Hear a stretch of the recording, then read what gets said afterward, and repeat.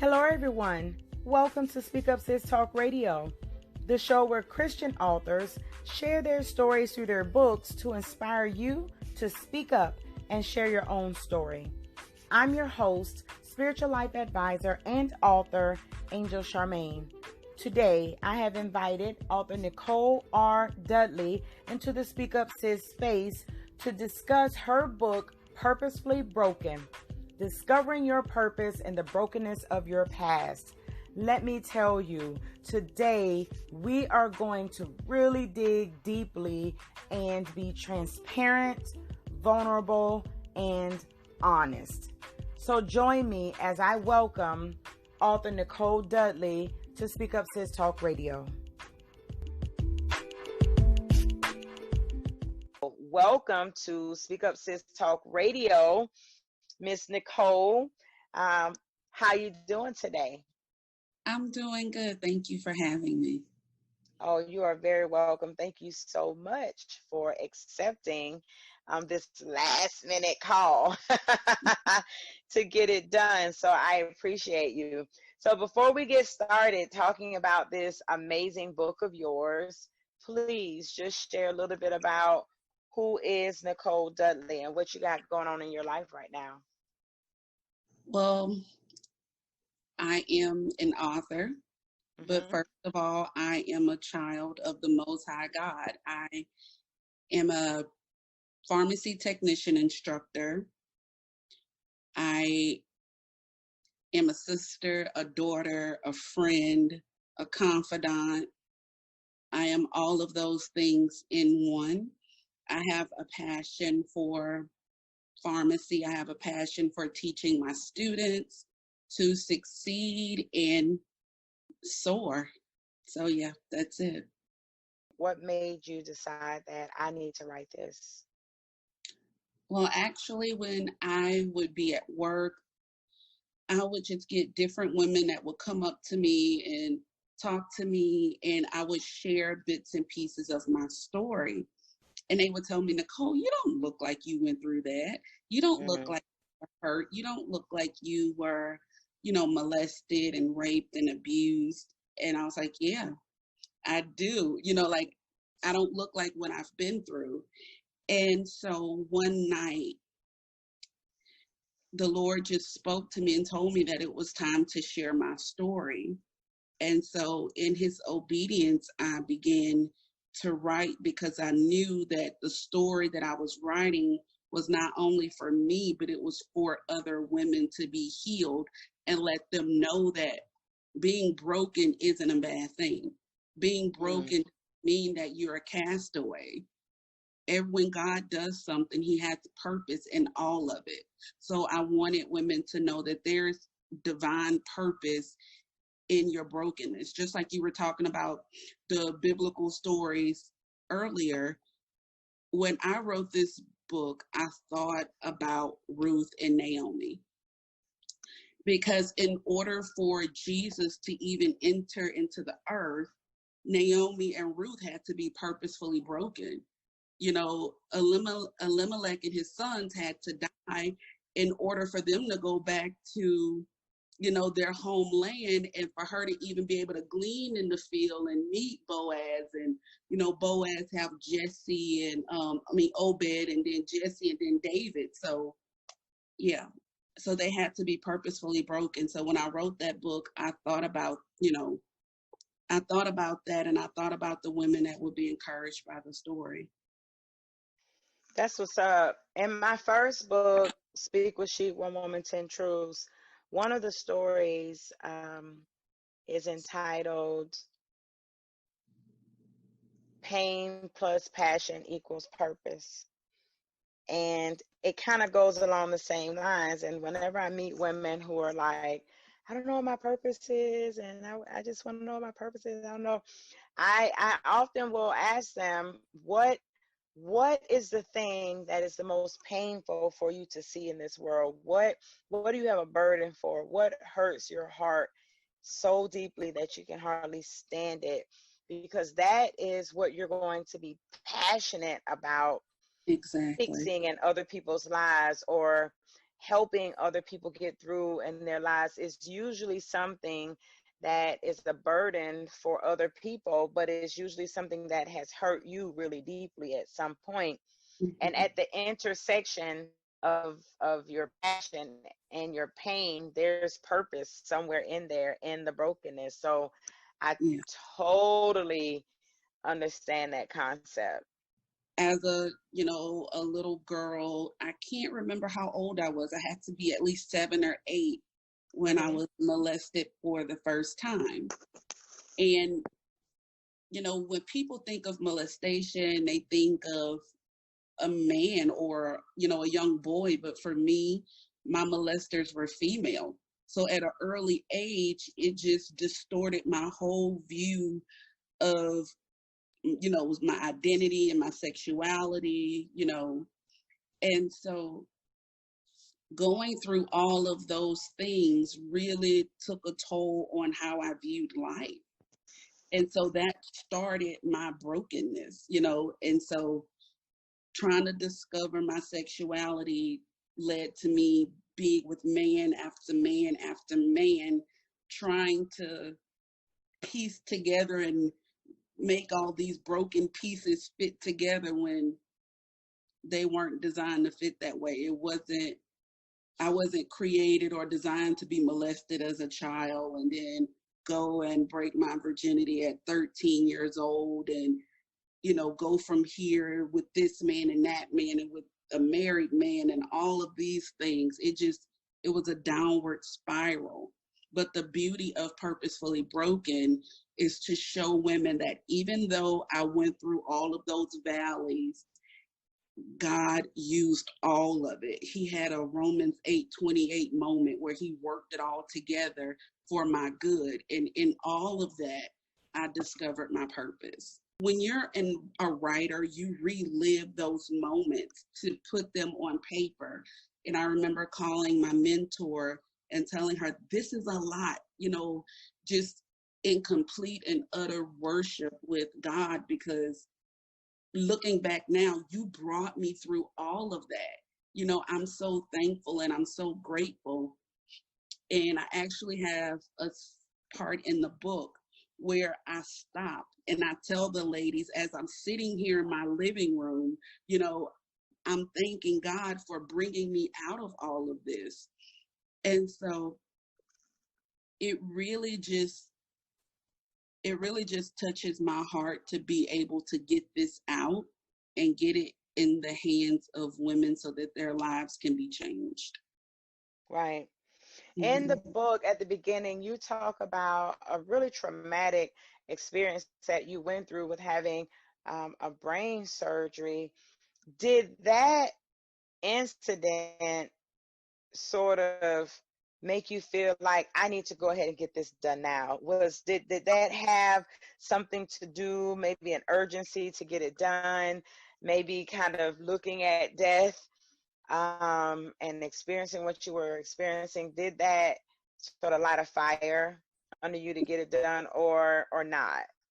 Well, it was actually the opposite. I remember I was, like you said, I was recovering because I had surgery, and I was sitting up on side of the bed and I was just worshiping the Lord. I was just like, I love you, Lord. I said, I don't understand why I'm going through this, but I am going to trust you. And in me doing that, that's when the Holy Spirit said, it's time for you to tell your story. And I always laugh because everybody's relationship with the Lord is different. So I told him, I said, huh? And so I sat on the side of the bed and I felt it in my spirit again. It's time for you to tell your story. So I was like, okay, if you want me to tell my story, what is my title going to be? And I just felt him drop it in my spirit, Purposefully Broken. And I said, okay. I said, well, who's going to publish the book? And so he led me to all of those things. And it was just like, now write. And so the minute I started writing and getting ready to, put the application in to the publishing company is when I got sick again. And so I had to go back into the hospital at the beginning of the publication of this book. Talk to me about how people who know you received what you had to say in Purposefully Broken? I received a ton of backlash for speaking my truth. I had family members who came out of the woodworks supporting me at first until they read the book. And when they read the book, I was pretty much shunned. Nobody talked to me. They talked about me. Wow. I was told to leave the church that I was going to because of certain things that I wrote about in the book. And that affected me too, because I had a man of God tell me that my book was a hate book. He told me that it did not glorify God. Did you say he called it the hate book? It was a hate book. And he said it did not glorify God. And he said that I pursued or went after all of the men in my book. And he started naming all of the names that I had in my book. Yep. And he told me that I could not sell my books at the church anymore, and it was best for me if I was no longer a member. So I had family coming after me. I had my pastor and my church family coming after me. They deleted me from their Facebook account. And it was, Are you serious? I'm absolutely serious. A lot of them deleted my me as their friend, and so I really struggled for months after that. I did. I wouldn't say I went into depression, but I struggled. Right. I struggled because I looked up to this man, and it almost made me go back to that little girl on the inside of me that was rejected by my dad. Right. Man of God, who I really did look at like a father, reject me too. Wow, this piece of the conversation really reminds me of a part of your book that we talked about before the show started today, and it is in chapter 10, and chapter 10 is titled Expose. And so when I read this, I totally could relate, as I could relate to much of what you wrote, but this feeling of getting to know the Lord and growing in the things of God and being connected with God's people, and it's something about church people. At first they just want to hug you and all this other kind of stuff. Yeah. And then all of a sudden that thing changes. And so I want to share with our listeners just a little piece of chapter 10 entitled Expose, where I know that maybe you were writing as your sins were being exposed. But when I read this, I read it as those people were being exposed. Oh, wow. Okay. For who they really were. Mm-hmm. And I think a lot of times we allow guilt, shame, and self-condemnation to keep us in a place of hiding. But when we allow the light to shine through the crevices of our dark places, then light also illuminates what is in the darkness.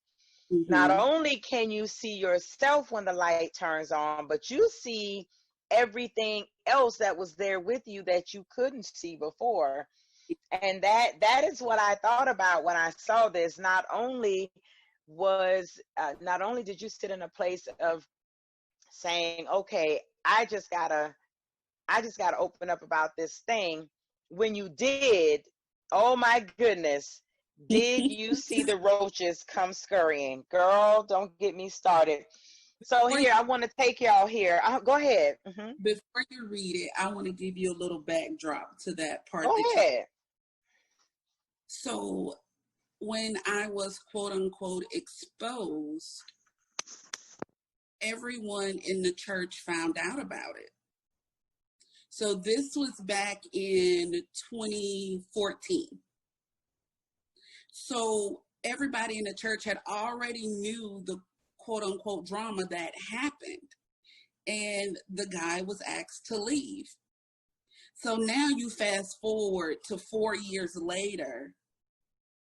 It's not like the people didn't already know about it. They knew. He was asked to leave and I stayed.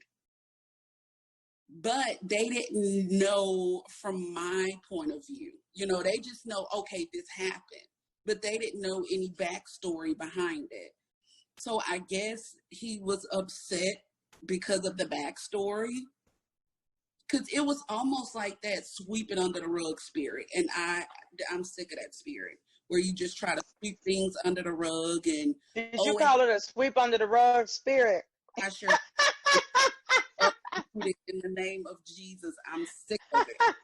And so I guess because I brought it back to the forefront, then they had to, like you said, exposed and see themselves.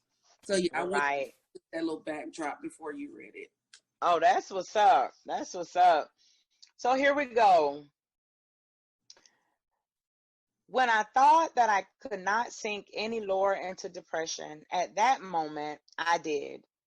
I received a phone call a few days later. It was one of my choir members, the same woman who took me to her home and cared for me. She told me that it was out at church and everyone found out that I was at the hospital and that Malcolm and I were sleeping together.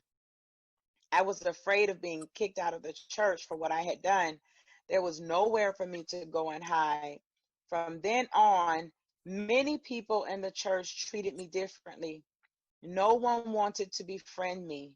Some of the choir members did not want anything to do with me because Malcolm was the one who was asked to leave the church, and that left us without a drummer. Girl, let me tell you, when I read that, I could have just threw my book to the floor. Because here you are, dealing with the fact that you've been in the church, you're learning to love God and learning to be in that place, and folks are mad with you, not necessarily because you sleeping with this guy, but because now they ain't got no drama. Girl, you done made us run away to drama. It was a rough couple of months for the choir after that. Girl, I said, if that's not exposing true hearts. Yeah. Because that was crazy. Honey. So let me ask you this. Since the book, were you able to mend any of those relationships, or were they all just sort of gone to the wayside?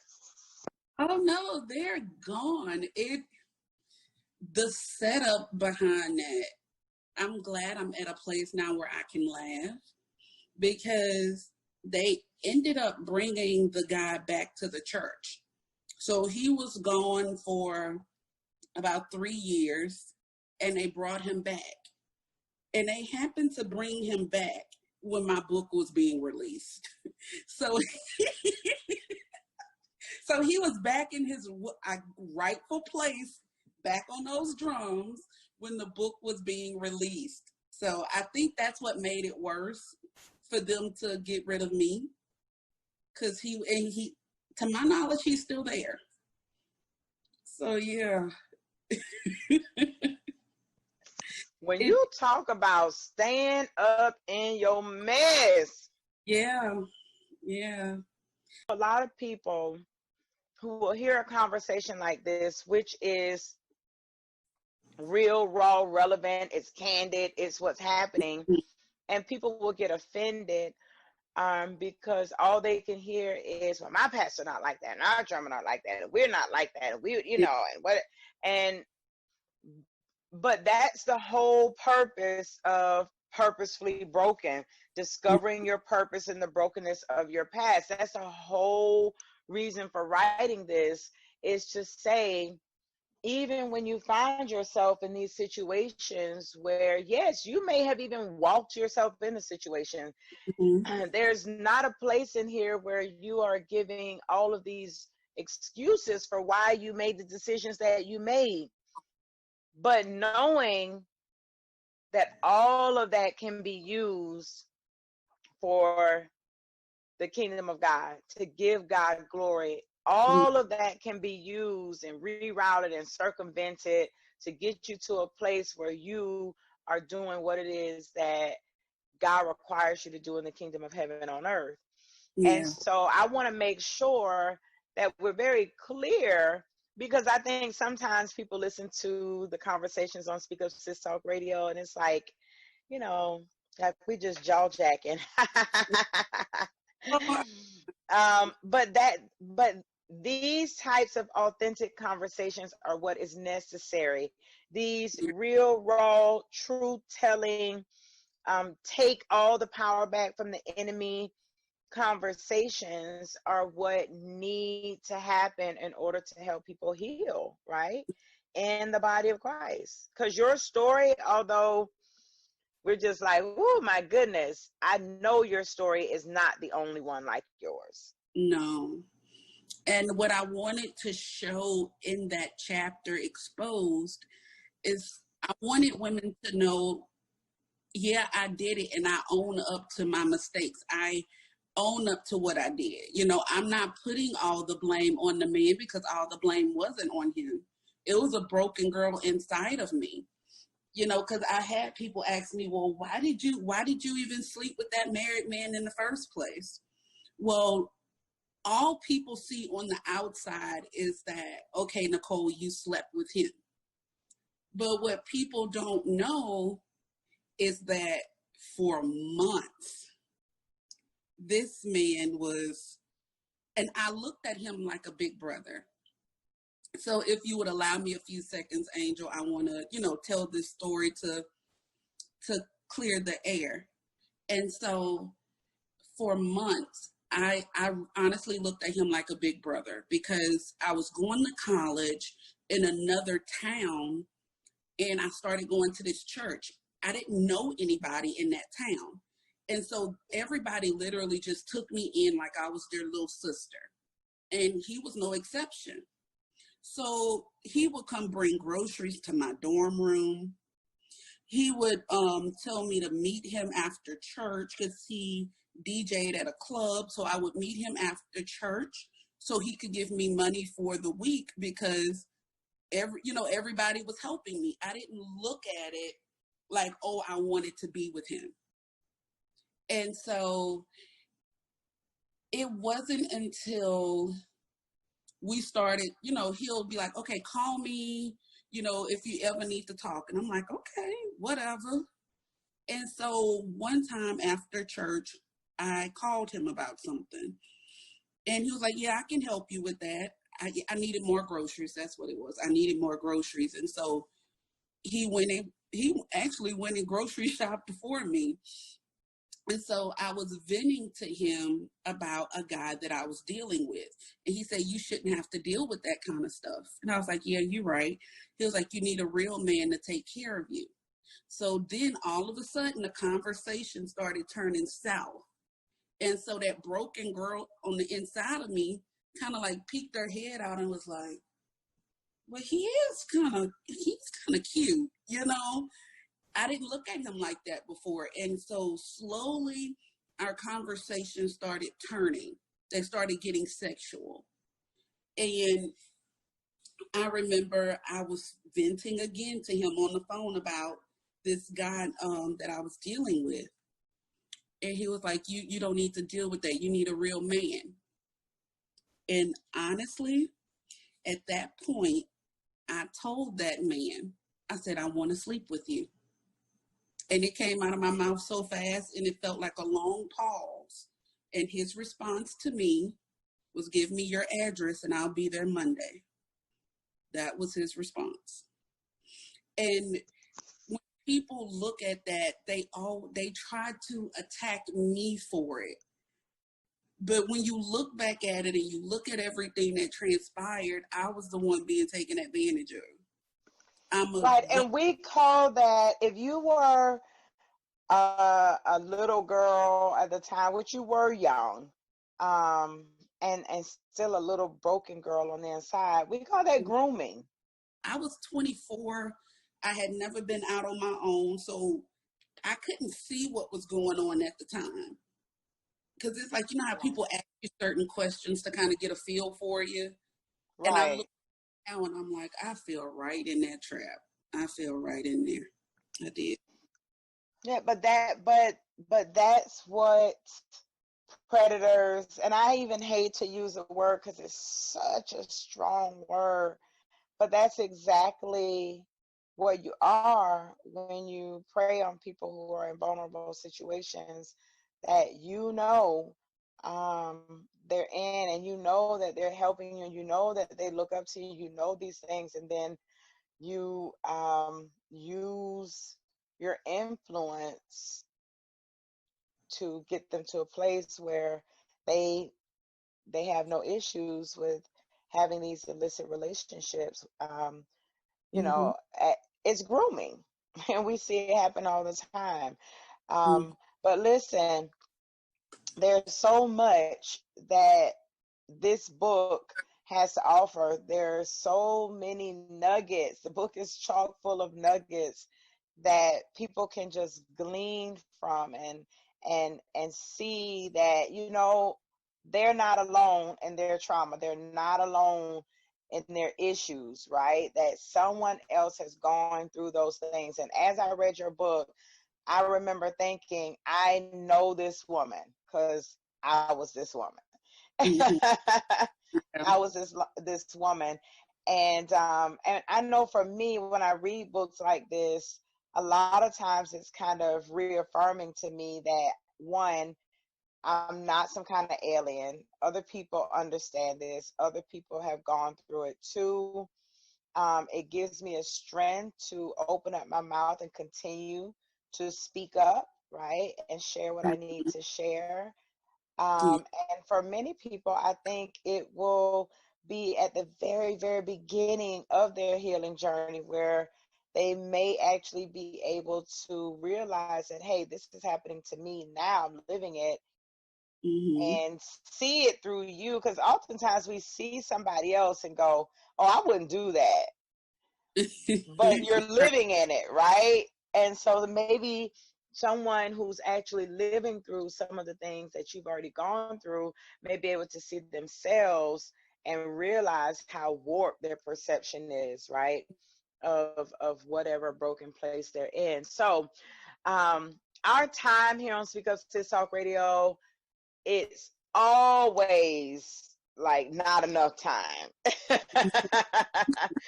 So I want to encourage every single one of Speak Up Sis Talk Radio listeners to go out and grab this book, Purposefully Broken, Discovering Your Purpose in the Brokenness of Your Past by Miss Nicole R. Dudley. Nicole, I would like for you to please let the people know where they can get a copy of your book. And you also have something new coming out. And so before we leave, I'd like for you to share what you got going on currently. Well, to purchase Purposefully Broken, my Facebook handle is Nicole R. Dudley. So there they can find everything they need to know about Purposefully Broken. And like Angel said, I have something exciting happening. I am putting together an anthology. The anthology is all about helping women become secure in singleness by healing from past relationships and childhood trauma. So get ready, ladies. It will be coming out next year. this is for you. This is for your healing, for your deliverance, so that you can be made whole. I have some awesome women who are partnering with me, so I am excited to bring this to you. That's what's up. Do you have any available slots? Anyone who may be listening to this who's like, listen, I have something to contribute. Are you accepting any more contributing authors, or do you have everybody, all the numbers or all the slots are filled? I'm most definitely still taking some contributing authors. So sis, if you are out there and you have a story of healing, how you became secure in singleness, look me up on Facebook at Nicole R. Dudley, and I will give you all the information you need. Excellent, excellent. Well, it has been a pleasure having this conversation with you. We could talk for hours. What you all don't know is that we have already talked for hours. So I appreciate you giving me the opportunity and trusting me with your story to share through Speak Up Sis Talk Radio with my listeners. And do you have any last words for the people, Nicole? Sis, be encouraged, be uplifted, shine. If you got to heal, heal. If you got to cry, cry. We love you, and you all have a nice day. It was wonderful talking to you.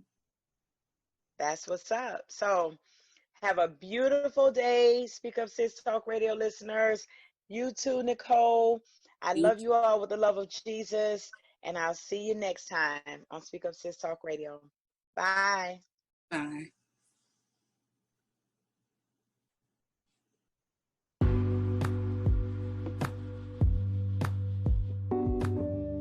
All right, everyone, we're done for the day. I appreciate your time and ear. I thank you for tuning in to Speak Up Sis Talk Radio, where Christian authors have an opportunity to share their stories to inspire yours. Please visit me online at speakupsis.com. Follow me on Facebook at Speak Up Sis Talk Radio, Instagram at speak.up.sis, Twitter at Speak Up Sis.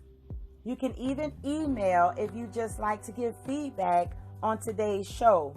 Email contact@speakupsis.com. Until next time, have a beautiful day. Be blessed. Bye.